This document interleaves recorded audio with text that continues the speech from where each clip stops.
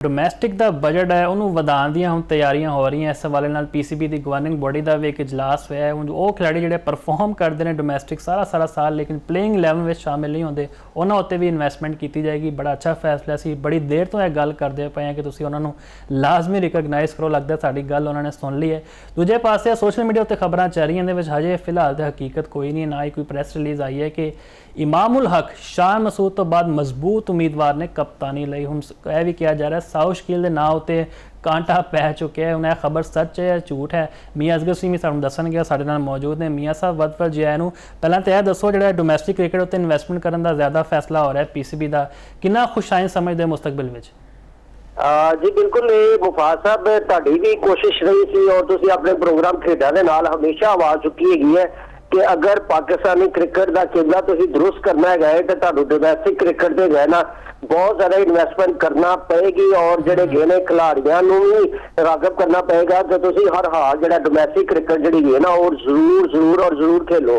ਤਾਂ ਅੱਜ ਤੁਹਾਨੂੰ ਪਤਾ ਹੈਗਾ ਕਿ ਪਾਕਿਸਤਾਨ ਕ੍ਰਿਕਟ ਬੋਰਡ ਦੀ ਜਿਹੜੀ ਗਵਰਨਿੰਗ ਬੋਡੀ ਦਾ ਇਜਲਾਸ ਵੀ ਹੋਇਆ ਸੀ ਮੋਹਸਿਨ ਨਕवी ਸਾਹਿਬ ਦੀ ਸਰਬਰਾਹੀ ਦੇ ਵਿੱਚ, ਜਿਹਦੇ ਵਿੱਚ ਵਾਕਈ ਵੱਡੇ ਫੈਸਲੇ ਹੋਏ ਨੇ। और मैं समझना वा कि ਜਿਹੜੇ ਡੋਮੈਸਟਿਕ ਕ੍ਰਿਕਟ ਖੇਲਣ ਵਾਲੇ ਖਿਡਾਰੀਆਂ ਵਾਸਤੇ ਬਹੁਤ ਵੱਡੀ ਖੁਸ਼ਖਬਰੀ ਵੀ ਹੈਗੀ ਹੈ ਕਿਉਂਕਿ ਪਹਿਲੀ ਦਫਾ ਤਾਰੀਖ 'ਚ 3 ਅਰਬ ਡੋਮੈਸਟਿਕ ਤੇ ਪਾਕਿਸਤਾਨ ਕ੍ਰਿਕਟ ਬੋਰਡ ਨੇ ਪਿਛਲੇ ਸਾਲ ਰੱਖਿਆ ਸੀ। ਜਿਹੜੀ ਰਕਮ ਮੁਖਤਸ ਕੀਤੀ ਸੀ ਉਹਨੂੰ ਵਧਾ ਕੇ 4 ਅਰਬ ਰੁਪਈਆ ਕਰ ਦਿੱਤਾ ਗਿਆ ਹੈਗਾ। ਤੇ ਮੈਂ ਸਮਝਦਾ ਵਾ ਕਿ 1 ਅਰਬ ਰੁਪਏ ਦਾ ਇਜ਼ਾਫਾ ਵਾਕਈ ਇਹ ਜਿਹੜਾ ਹੈਗਾ ਜਿਹੜੇ ਡੋਮੈਸਟਿਕ ਕ੍ਰਿਕਟਰ ਹੈਗੇ ਨੇ ਉਹਨਾਂ ਦੇ ਵਾਸਤੇ ਖੁਸ਼ਖਬਰੀ ਹੈਗੀ। ਔਰ ਇਸ ਤੋਂ ਵੀ ਵੱਡੀ ਖੁਸ਼ਖਬਰੀ ਹੈਗੀ ਹੈ ਕਿ ਉਹ ਪਲੇਅਰ ਜਿਹੜੇ ਕਾਇਦੇ-ਆਜ਼ਮ ਟਰਾਫੀ ਖੇਲਣਗੇ ਉਹਨਾਂ ਦੀ ਜਿਹੜੀ ਮੈਚ ਫੀਸ ਹੈਗੀ ਹੈ ਉਹਨੂੰ ਵੀ 30,000 ਤੋਂ ਵਧਾ ਕੇ 1 ਲੱਖ ਰੁਪਇਆ ਕਰ ਦਿੱਤਾ ਗਿਆ ਹੈਗਾ। ਜਦਕਿ ਜਿਹੜੇ ਰਿਜ਼ਰਵ ਪਲੇਅਰ ਹੋਣਗੇ ਯਾਨੀ ਕਿ ਜਿਹੜੇ ਖੇਲਣਗੇ ਨਹੀਂ ਲੇਕਿਨ ਸਕੁਆਡ ਦਾ ਹਿੱਸਾ ਹੋਣਗੇ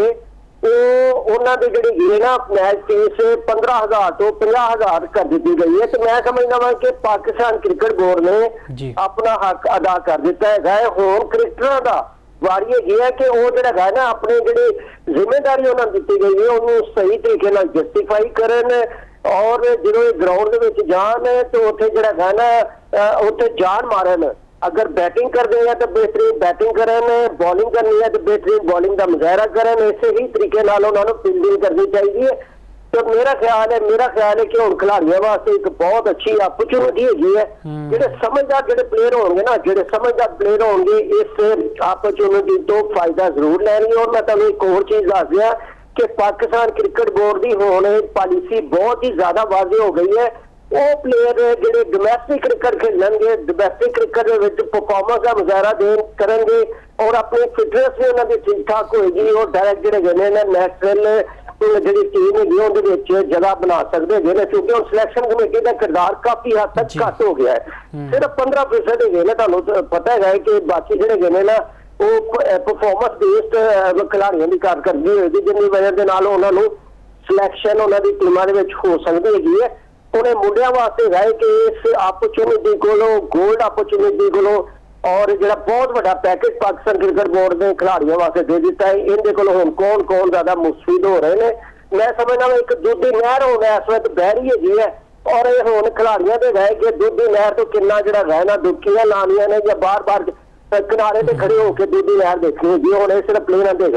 अपना डिपेंड करता है। बिल्कुल जी, गुड लक कहते हैं, अच्छी गल है डोमैस्टिक उत्ते इन्वेस्ट करना चाहिए। तो नाल जरा खवातीन खिलाड़ियों की परफॉर्मेंस की गल करते हैं जी। T20 वर्ल्ड कप तो मियाँ साहब एक डरावना ख्वाब ही रह गया। सब तो पहले तो जी स्कॉटलैंड वर्गी टीम में सानू हराया, ਅਸੀਂ ਜਿਹੜੇ ਪਹਿਲੇ ਵਾਰਮ ਅਪ ਮੈਚ ਖੇਡੇ ਨੇ, ਫਿਰ ਇੰਡੀਆ ਕੋਲੋਂ ਹਾਰਨਾ, ਸਾਊਥ ਅਫਰੀਕਾ, ਆਸਟ੍ਰੇਲੀਆ। ਹੁਣ ਅਸੀਂ ਇਹ ਵੀ ਵੇਖਦੇ ਪਏ ਸੋਸ਼ਲ ਮੀਡੀਆ ਉੱਤੇ ਖਿਡਾਰੀ ਇੰਜੋਏ ਕਰਦੇ ਪਏ ਨੇ, ਯੂਕੇ ਦੀਆਂ ਹਵਾਵਾਂ ਖਾਬੇ ਖਾ ਰਹੇ ਨੇ, ਮੈਂਟੋਰ ਵਹਾਬ ਰਿਆਜ਼ ਵੀ ਸਮਾਈਲਾਂ ਪਾਸ ਕਰਦੇ ਪਏ ਨੇ। ਮਤਲਬ ਕੋਈ ਇਹਨਾਂ ਦਾ ਨਜ਼ਰ ਨਹੀਂ ਆ ਰਿਹਾ ਕਿ ਸ਼ਾਇਦ ਕਿਸੇ ਨੂੰ ਸ਼ਰਮਿੰਦਗੀ ਹੋਏ। ਉਹੀ ਪੁਰਾਣੀ ਪਰਫਾਰਮੈਂਸ ਅਸੀਂ ਪਿਛਲੇ ODI ਵਰਲਡ ਕੱਪ ਦੀ ਵੀ ਗੱਲ ਕਰੀਏ ਜਿਹੜਾ ਇੰਡੀਆ ਵਿੱਚ ਖੇਡਿਆ ਗਿਆ, ਉੱਥੇ ਵੀ ਅਸੀਂ ਸਭ ਤੋਂ ਆਖਿਰ ਵਿੱਚ ਸੀਗੇ। ਕੌਣ ਜ਼ਿੰਮੇਦਾਰ ਹੈ ਜੀ ਇਹਦਾ ਫਿਰ? जी बिल्कुल, ਜਿਹੜਾ ਹੈ ਨਾ ਪਾਕਿਸਤਾਨ ਜਿਹੜੀ ਵੀਮਨ ਕ੍ਰਿਕਟ ਟੀਮ ਹੈ ਉਹਨੇ ਵਰਲਡ ਕੱਪ ਦੇ ਵਿੱਚ ਨਾ ਆਪਣੀ ਕਾਰਕਰਦਗੀ ਜਿਹੜੀ ਹੈ ਨਾ ਬਿਲਕੁਲ ਬਰਕਰਾਰ ਰੱਖੀ ਹੈ। ਯਾਨੀ ਪਹਿਲੇ ਹੀ ਮਰਹਲੇ ਦੇ ਵਿੱਚ ਆਪਣਾ ਬਾਹਰ ਨਿਕਲਣ ਦਾ ਜਿਹੜਾ ਸਿਲਸਿਲਾ ਹੈਗਾ ਜਿਹੜਾ ਹੈ ਨਾ ਉਹ ਇਸ ਦਫਾ ਵੀ ਬਰਕਰਾਰ ਰਿਹਾ ਹੈਗਾ ਔਰ ਬਿਲਕੁਲ ਤੁਹਾਡੀ ਗੱਲ ਠੀਕ ਹੈਗੀ ਹੈ।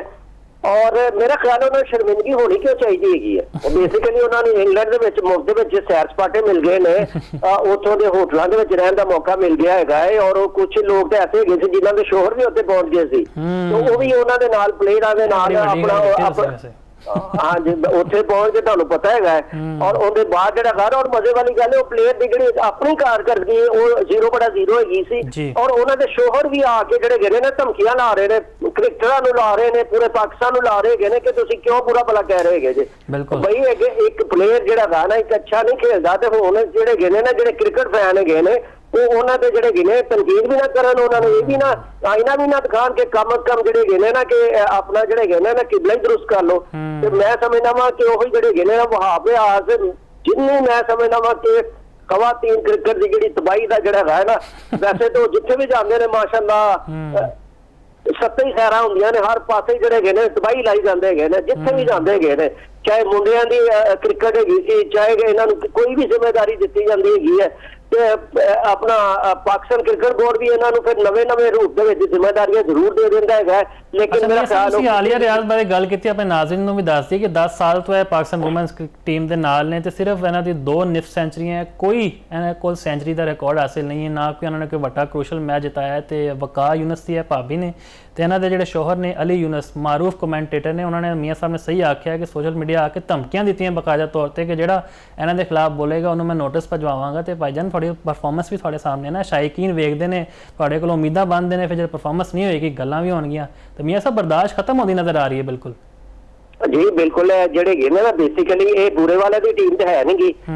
ना ही वकार यूनस अपने घर की टीम हैगी है ठीक है ना अली यूनस अपनी टीम हैगी है कि जो मर्जी जिहड़ा गाना कर लैन तो इन्हां कोई पुछेगा नहीं भाई पाकिस्तान की टीम हैगी है 25 करोड़ आवाम की यह टीम हैगी और उन्होंने ही प्लेयर जगह मिलनी चाहिए जी बेस्ट हैगी है जो पसंद ना पसंद जिहड़ा है ना तुसीं टीमां बनाओगे और ये देखोगे कि भाई मेरी यारी दोस्ती या जी गेना ना रिश्तेदारी जी गेना खतरे के ना पै जाए तो फिर नतीजा यह निकलता है मैं समझदा वर्ल्ड कप तो पहले पाकिस्तान में जो है ना स्कॉटलैंड को आयरलैंड को और बांग्लादेश को पाकिस्तान हर हाल मैच जितने चाहिए सी लेकिन असी जिस तरीके स्कॉटलैंड को भी हार गए उसके बाद असी बांग्लादेश को भी हार गए और आखिर चलो फिर भी अल्लाह ताला ने साडी थोड़ी जी इज्जत रखनी थी आखिरी मैच असी जीत गए लेकिन उस जीत का की फायदा है कि जिंदी वजह के नाल जिहड़ा है ना मुल्क नूं कोई फायदा ना हो सके इन्होंने मैं समझदा वा कि जिहड़े मुंडे गए ने ना मेल जी टीम हैगी है उन्होंने ही नक्शे कदम दिया कुड़ियां की टीम भी चल रही हैगी है यानी कि सारे हारी जो और उसके बाद फिर सेविंग वास्ते कोई ऐसी कारकरदगी दिखा दो कि जिन्नी वजह नाल असीं मूंह दिखा सकीए कि भी कम अज कम देखो ना जी असीं यह जिहड़ा मैच जीत लिया गया सी इन्होंने भी फेस सेविंग वास्ते जितया लेकिन ओवरऑल ना तो इनका फायदा पाकिस्तान क्रिकेट बोर्ड नूं होया है ना ही इनका फायदा कोई अपना मुल्की टीम नूं होया है और ना ही जिहड़े गए ने क्रिकेट फैन भी इस कारकरदगी तो खुश है ने तो मेरा ख्याल है कि अगर इहदे थोड़ा बहुत कुछ जस्टिफाई किया है और कोई अच्छी कारकरदगी का मुजाहरा करने कुछ कामयाब होइयां ने तो कप्तान तुहानूं पता है फातिमा सना हैगी है उन्होंने अपना स्कोर भी किए और सब तो वड्डी गल है उन्होंने बॉलिंग जी ना बहुत अच्छी की है लेकिन काश इस तरह होंदा कि जिस तरीके कप्तान खेलदियां सी उस तरीके टीम के दूसरियां प्लेयर भी खेलदियां तो मेरा ख्याल रिजल्ट कुछ होर आ सकते है सी लेकिन मेरा ख्याल है कि वो जिस तरह तुसीं शुरू दे विच भी कहा गया सी खिलाड़ी उत्थे मैच खेलने से गए वर्ल्ड कप नहीं खेलन गए उत्थे ते सैर सपाटे करन गए सी और उनके बाद अच्छे होटलों च रहन गए सी और जिहड़े वड्डे रेस्टोरेंट सी उत्थे जिहड़े गए ना खाने खान गए सी और ख्वाब पूरा हो गया ना वास्ते ही बड़ी वड्डी गल है ते असीं भी गुड लक ही कह सकते हैं मियाँ साहब दिल ते साडे रंजीदा ने मुंडियां ने भी दिखाया ने कुड़ियां दी परफॉर्मेंस भी साडे सामने जरा थोड़ी मुंडियां दी गल करते हैं कि मामूल हक दा नाम बड़ा आ रहा है सोशल मीडिया उत्ते कि है जिहड़ा है ना मजबूत उम्मीदवार ने टेस्ट कैप्टन लई क्योंकि शान मसूद तुहानूं पता है किसी भी वेले हटाए जा सकते हैं उन्होंने बकायदा तौर पर रिक्वेस्ट भी की है कि मैं घट तो घट वैस्ट इंडीज़ का टूर दिता जाए उस तो बाद तुसीं जिन्हों मर्जी ले आओ तो साउथ स्किल के नाम उत्ते भी कांटा फिर गया तुहाडे तरह की कहते हैं जी बिल्कुल बेसिकली जिहड़े ना पाकिस्तान क्रिकेट बोर्ड तो सोर्सिस खुद ही जिहड़े ना एक फिलर छड़ रहे गए ने और उसके बाद जिहड़े ना पब्लिक ओपीनियन जिहड़ी ना लैन की कोशिश करते गए ना मैं क्योंकि खुद कम्युनिकेशन का स्टूडेंट रह चुकी हाँ तुसीं भी अपना कम्युनिकेशन के स्टूडेंट है और तुहानूं पता है कि फीडबैक जी ना कितनी ज्यादा जरूरी होंगी है और पाकिस्तान क्रिकेट बोर्ड यो जो टैक्टिस जोड़ा है ना इस्तेमाल करता है कि अपने ही किसी सोर्स तो जो है ना एक फिलर छड्डण की कोशिश की जाती है सब तो पहले जो है ना फिलर छड्डिया गया है कि शान मसूद को जो है ना इस्तीफा अगर नहीं देंगे तो ले लिता जाएगा उसके बाद फिलर छड्डिया गया कि सुलेमान अली आगा जो है ना कप्तान होंगे उसके बाद एक फिलर छड्डिया गया कि अपना सुलेमान अली आगा और चेयरमैन PCB मोहसिन नकवी साहब की जी ना मुलाकात हुई है ਔਰ ਜਿਹਦੇ ਵਿੱਚ ਸਲਮਾਨ ਅਲੀ ਆਗਾ ਨੇ ਸਾਫ਼-ਸਾਫ਼ ਇਨਕਾਰ ਕਰ ਦਿੱਤਾ ਹੈ ਕਿ ਨਹੀਂ, ਮੈਂ ਹਾਲੀ ਜਿਹੜਾ ਹੈਗਾ ਨਾ, ਮੇਰਾ ਫੋਕਸ ਸਿਰਫ ਔਰ ਸਿਰਫ ਬਤੌਰ ਪਲੇਅਰ ਜਿਹੜਾ ਹੈਗਾ ਨਾ ਟੈਸਟ ਟੀਮ ਦੇ ਵਿੱਚ ਹੈਗਾ, ਮੈਂ ਹਾਲੀ ਕਪਤਾਨੀ ਦੀ ਜ਼ਿੰਮੇਵਾਰੀ ਨਹੀਂ ਸੰਭਾਲ ਸਕਦਾ ਹੈਗਾ। ਇਸ ਤੋਂ ਪਹਿਲੇ ਇੱਕ ਹੋਰ ਫਿਲਰ ਛੱਡਿਆ ਗਿਆ ਹੈਗਾ ਸੀ ਕਿ ਬਾਬਰ ਆਜ਼ਮ ਜਿਹੜਾ ਹੈਗਾ ਨਾ, ਉਹਨਾਂ ਨੂੰ ਵੀ ਪੇਸ਼ਕਸ਼ ਕੀਤੀ ਗਈ ਸੀ ਆਪਣਾ ਕਪਤਾਨੀ ਦੀ, ਲੇਕਿਨ ਉਹਨਾਂ ਨੇ ਨਹੀਂ ਇਨਕਾਰ ਕਰ ਦਿੱਤਾ। ਹੁਣ ਬਿਲਕੁਲ ਇੱਕ ਨਵੀਂ ਚੀਜ਼ ਛੱਡੀ ਜਾ ਰਹੀ ਹੈ, ਸੌਸ਼ਕੀਲ ਜਿਸ ਤਰ੍ਹਾਂ ਤੁਸੀਂ ਜ਼ਿਕਰ ਕੀਤਾ ਹੈ, ਔਰ ਅਮਾਮੁਲ ਹਕ ਜਿਹੜਾ ਹੈਗਾ ਉਹਨਾਂ ਨੂੰ ਵੀ ਜਿਹੜੇ ਹੈਗੇ ਨੇ ਆਪਣਾ ਉਹਨਾਂ ਦੇ ਵਿੱਚ ਟਾਈਪ ਆ ਦਿੱਤੀ ਗਈ ਹੈ। ਔਰ ਇਸ ਵਕਤ ਕਿਹਾ ਜਾ ਰਿਹਾ ਹੈਗਾ ਕਿ ਅਮਾਮੁਲ ਹਕ ਜਿਹੜੇ ਹੈਗੇ ਨੇ ਟੀਮ ਦੇ ਕਪਤਾਨ ਹੋ ਸਕਦੇ ਹੈਗੇ ਨੇ, ਔਰ ਉਹਦੇ ਵਾਸਤੇ ਸੋਸ਼ਲ ਮੀਡੀਆ ਤੇ ਉਹਨਾਂ ਦੀ ਬਾਕਾਇਦਾ ਜਿਹੜੀ ਪਰਫਾਰਮੈਂਸ ਹੈਗੀ ਆ ਉਹ ਵੀ ਜ਼ਾਹਰ ਕੀਤੀ ਜਾ ਰਹੀ ਹੈਗੀ। ਦੱਸਿਆ ਜਾ ਰਿਹਾ ਹੈਗਾ ਕਿ ਦੇਖੋ ਇੰਨੇ ਮੈਚਾਂ ਦੇ ਵਿੱਚ ਇੰਨੀ ਉਹਨਾਂ ਦੀ ਅੱਛੀ ਕਾਰਗੁਜ਼ਾਰੀ ਹੈਗੀ ਆ, ਉਹਨਾਂ ਦੇ ਵਿੱਚ ਲੀਡਰਸ਼ਿਪ ਕੁਆਲਿਟੀਜ਼ ਵੀ ਹੈਗੀ ਹੈ, ਉਹਨਾਂ ਦੀ ਕਪਤਾਨੀ ਦੇ ਵਿੱਚ ਇਹ ਜਿਹੜੇ ਨੇ ਉਹਨਾਂ ਦੇ ਜਿਹੜੇ ਨੇ ਟੀਮਾਂ ਨੇ ਆਪਣਾ ਚੈਂਪੀਅਨ ਵੀ ਬਣੇ ਹੈਗੇ ਨੇ। ਔਰ ਇਹਦੇ ਇਲਾਵਾ ਜਿਹੜਾ ਹੈਗਾ ਨਾ ਸਭ ਤੋਂ ਵੱਡੀ ਗੱਲ ਹੈਗੀ ਹੈ ਉਹਨਾਂ ਦੀ ਅੰਗਰੇਜ਼ੀ ਬਹੁਤ ਅੱਛੀ ਹੈਗੀ ਹੈ। ਇਹ ਵੀ ਕੁਝ ਕਿਹਾ ਜਾ ਰਿਹਾ ਹੈਗਾ, ਲੇਕਿਨ ਜਿਹੜਾ ਹੈਗਾ ਨਾ ਇਹ तमाम तर हाली ਜਿਹੜੇ ਕਿਆਸਰ ਆਈਆਂ ਹੈਗੀਆਂ ਨੇ। ਇਹ ਜਿਹੜਾ ਹੈਗਾ ਨਾ ਟੀਮ ਦਾ ਜਿਹੜਾ ਕਪਤਾਨ ਕੌਣ ਹੋਏਗਾ ਔਰ ਕੌਣ ਨਹੀਂ ਹੋਏਗਾ, ਇਸ ਵਕਤ ਮੇਰਾ ਖਿਆਲ ਹੈ ਇੱਕ ਬਹੁਤ ਵੱਡਾ ਜਿਹੜਾ ਹੈਗਾ ਰਾਜ ਹੈਗਾ। ਔਰ ਰਾਜ ਮੇਰਾ ਖਿਆਲ ਹੈ ਕਿ ਸਿਰਫ ਚੇਅਰਮੈਨ ਪੀਸੀਬੀ ਮੋਹਸਿਨ ਨਕवी ਸਾਹਿਬ ਹੀ ਨਹੀਂ ਪਤਾ ਹੈਗਾ ਕਿ ਉਹਨਾਂ ਨੇ ਅੱਗੇ ਕਪਤਾਨ ਕਿਹਨਾਂ ਨੂੰ ਬਣਾਉਣਾ ਹੈਗਾ। ਤੇ ਮੇਰਾ ਖਿਆਲ ਹੈ ਕਿ ਜਿਹੜਾ ਬਿਹਤਰੀਨ ਹਾਲੀ ਹੈਗਾ। ਮੈਂ ਤੁਹਾਨੂੰ ਇੱਕ ਹੋਰ ਚੀਜ਼ ਬੁਰੀ ਖਬਰ ਦੱਸਣ ਲੱਗਾ ਹੈਗਾ ਵਾ।